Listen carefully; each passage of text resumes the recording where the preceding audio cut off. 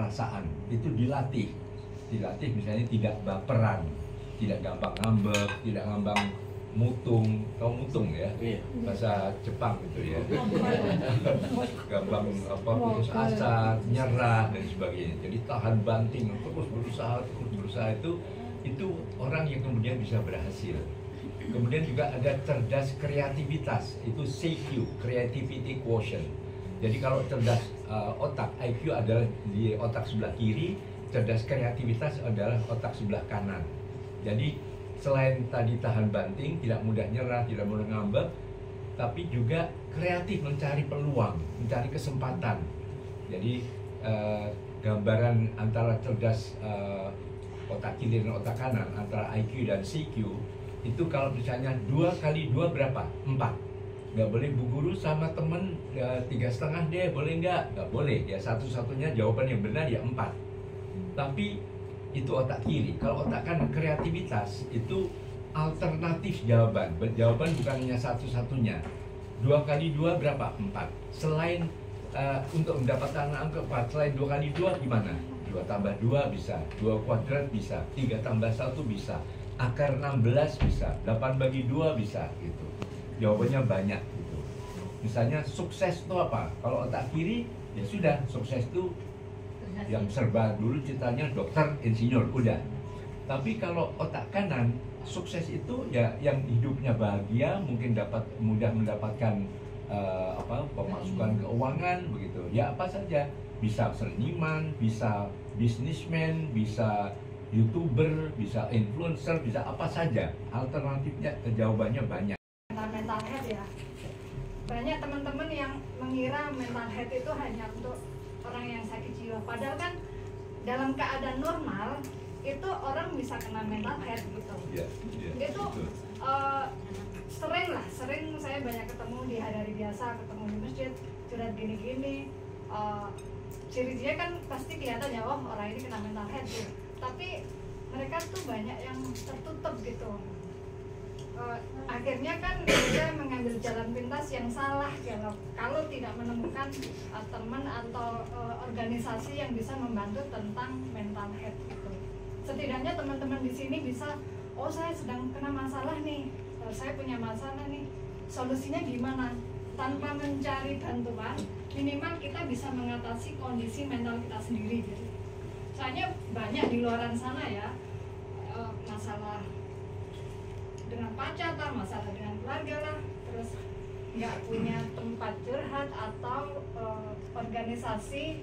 Sebenarnya banyak di Hong Kong organisasi yang bergerak di mental health, tapi teman-teman kadang ada yang nggak tahu gitu. Jadi solusinya untuk kita yang di sini, gimana sih kalau kita sedang mendapatkan masalah gitu ya? Kan masalah macam-macam ya. Mau yang single atau yang single mom tuh pasti ada masalah ya. Terus di keluarga misalnya minta kiriman duit, kita belum gajian, terus majikan nih marah-marah, itu kan ngaruh ke mental kita juga itu. Terus kalau temen pinjam duit belum dikembalikan, itu faktor-faktor seperti itu bisa mempengaruhi mental health. Itu banyak yang terjadi di sini ya. Coba biar teman-teman bisa. Ya, mungkin saya ini kan disederhanakan sakit mental lah ya. Sakit bisa sakit fisik, bisa sakit mental. Ya, lebih bahaya dari sakit fisik soalnya. Iya. Ya tidak kalah bahayanya dengan sakit fisik. Sakit fisik kalau nggak diobati lama-lama juga parah juga. Mental juga. Nah, mental ini sama dengan sakit fisik, bisa masuk angin, bisa batuk, gitu. Tapi kalau tidak diobati, didiamkan lama-lama juga parah. Batuk terus, lama-lama bisa turun ke paru-paru, nah akhirnya juga bisa sesuatu yang bisa berbahaya untuk kehidupan kita. Nah, kita sering mendengar kecerdasan. Cerdas itu mungkin sederhananya yang paling sering ini adalah cerdas otak dan cerdas perasaan atau emosi. Nah, cerdas otak biasanya IQ, kalau cerdas emosi adalah EQ, Emotional Quotient. Jadi mungkin ada lagi moral quotient, ada spiritual quotient, ada apalagi ya, physical quotient, kecerdasan fisik dan sebagainya. Tapi yang kita tekankan pada dua itu aja ya. IQ dan EQ. Nah, sering dikatakan orang yang sukses itu bukan yang IQ-nya tinggi, tapi yang EQ-nya tinggi. Orang yang sukses bukan yang otaknya yang cerdas otak, tapi cerdas perasaan. Nah, sering kalau kita perasaan, kita menunya ke dada. Padahal, wah aku marah. Padahal sebetulnya perasaan itu tetap ada di otak, di kepala. Jadi aku marah, aku sedih dan sebagainya. Jadi itu bisa dikendalikan perasaan itu.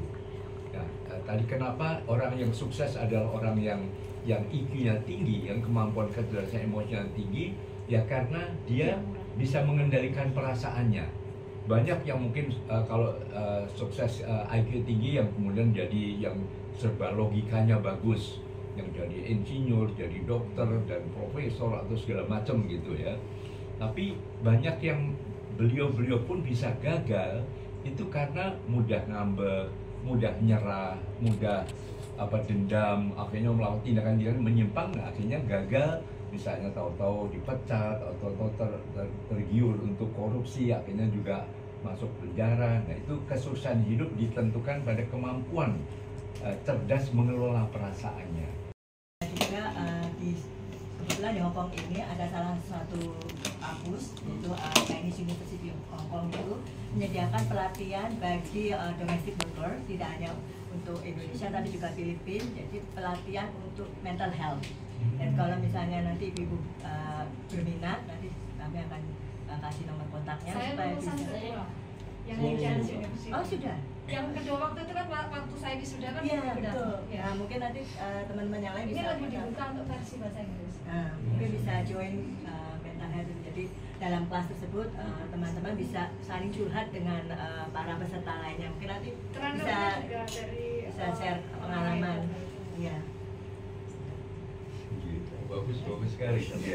Apa yang sudah menjadi tradisi dari Dompet Duafa yang betul-betul memberikan kekuatan semangat kepada masyarakat luas, termasuk juga untuk bisa menjadi sahabat anak, mengajak semua jajarannya untuk betul-betul mencintai anak-anak yang menjadi tanggung jawabnya, termasuk juga putra-putrinya sendiri. Jadi mudah-mudahan menjadi sahabat anak membuat anak-anak Indonesia tumbuh dan berkembang optimal, menjadi pemimpin hebat di masa depan, menyambut Indonesia emas tahun 2045. Bukan Indonesia cemas, bukan Indonesia lemas, tapi Indonesia emas adalah berhasil dari didikan dari para relawan, para tokoh-tokoh dari Dompet Duafa yang betul-betul memosisikan sebagai sahabat anak. Baik, insya Allah.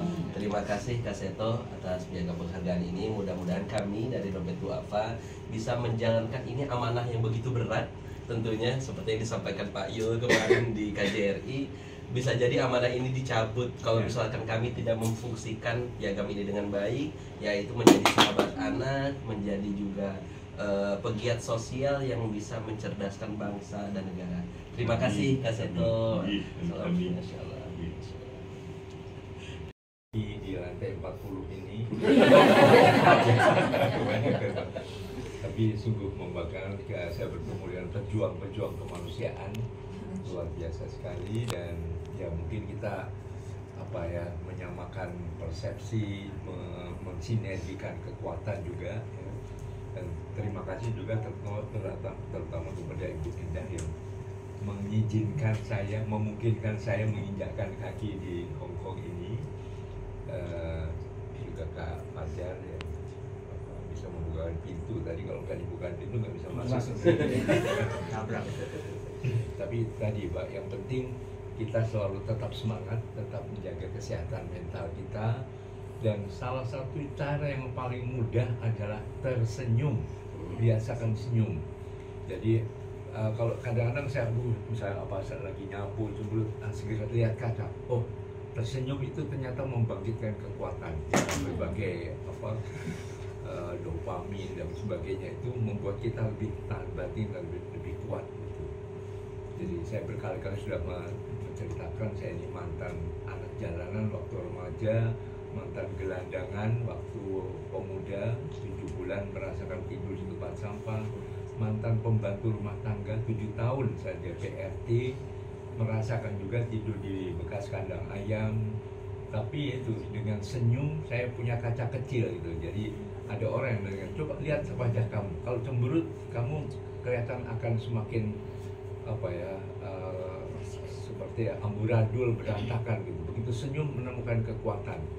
Jadi kalau habis mandi tuh senyum gitu rasanya, aduh alhamdulillah saya menang, saya kuat walaupun saya penuh kegagalan. Tadi udah bilang saya ini S1, kalau yang lain 3 tahun, 4 tahun, saya 9 tahun baru S1 lulus gitu. S2-nya juga umur 38 tahun baru S2, S3 baru 42. Saya pengen jadi profesor, berkali-kali gagal, umur 70 baru bisa. Tapi itu penuh rasa syukur saja. Jadi kalau orang lihat ke saya nggak membayangkan pernah ya tidur di tempat sampah. Tapi kalau saya ulang tahun merayakannya adalah kembali jadi gembel, kembali tidur di menjahit Dompet Duafa. Nah ini ada trainernya nih, ada Bu Naning, ada Bu Intik nih, ada keren. Saya mau belajar menjahit. Nah, saat ini yang tinggal di shelter berapa orang Bu? Angkat tangan ya. 5 orang.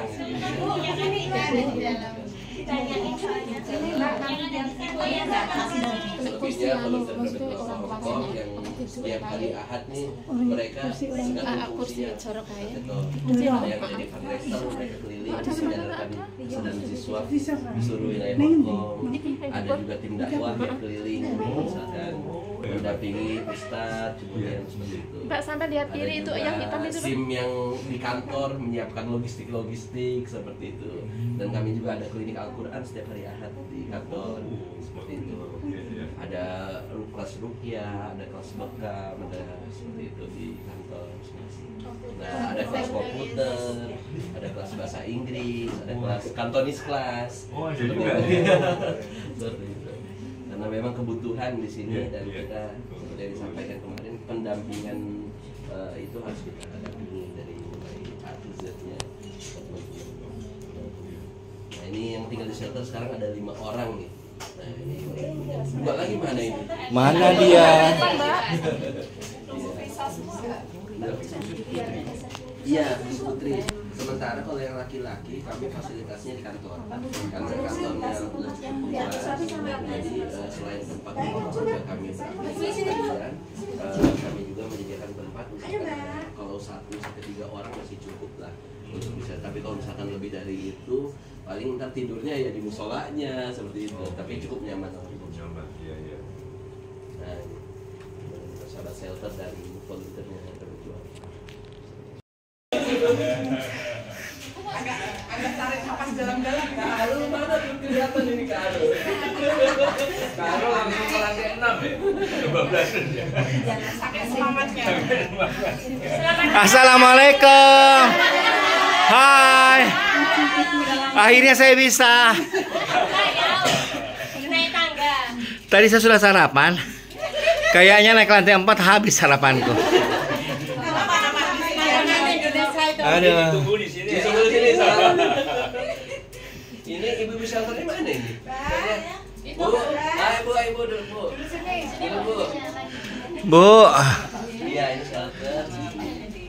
Iya waktu dengan Pak Konnya di kantor. Ayo Mbak, maju Mbak. Silakan ibu-ibu. Mbak, sini Mbak.